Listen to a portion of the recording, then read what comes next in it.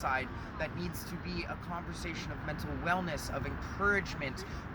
We need wellness awareness to actually talk about suicide from a better angle, an angle of you can do better, there is still hope. Almost that effort. I've always been customer service and sales, and I appreciate the effort to push the conversation of suicide awareness. But when you're down and out, it's now starting to come off as have you been considering?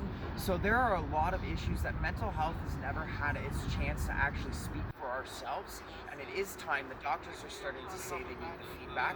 I just threw my pot or my hat in the pot and decided to come out last October. Did a hunger strike. Now we're doing a housing strike. The whole idea is to gain some momentum and some perspective from the ground, so we can actually bring this back as a collective. And Mental Health is Visible is to one day hopefully be a platform for mental health, to actually work with the system to change it, to turn it into a thing of positivity. Love to always say together we can unlock the gifts of mental health to create a new world of mental wellness. I have a quick question for you then. So, how would you say that it relates to the organized non-compliance message of the line movement then? So the line movement, it relates at the core, as that organized message of we're not necessarily so much non-compliance. We kind of come from a different angle of working the compliance and the loopholes of the system against the system itself.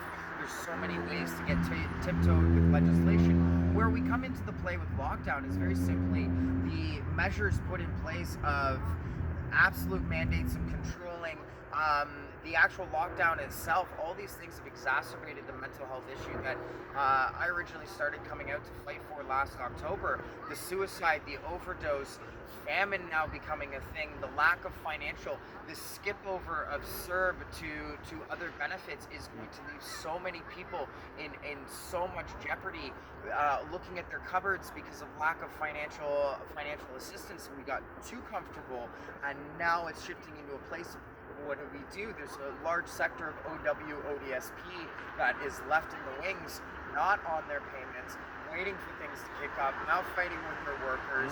We simply came to the table to say, I don't care, COVID, real or not, that whole conversation aside, there is a new exacerbated curve that is larger than anything the world has seen before. When you take the three pillars of distress, suicide, overdose, and famine, arguably 90 to 100% preventable.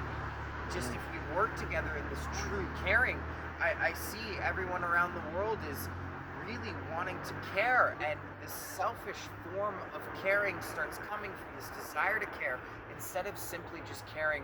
Where do we come to it? Is very simply enough is enough. They have been taking our rights for too long. Now to watch almost the entire globe thrust into what I experience in the isolation that is my mental health, to watch people live the mental prison that I've always had to live what I've never wished on anyone Yeah. else.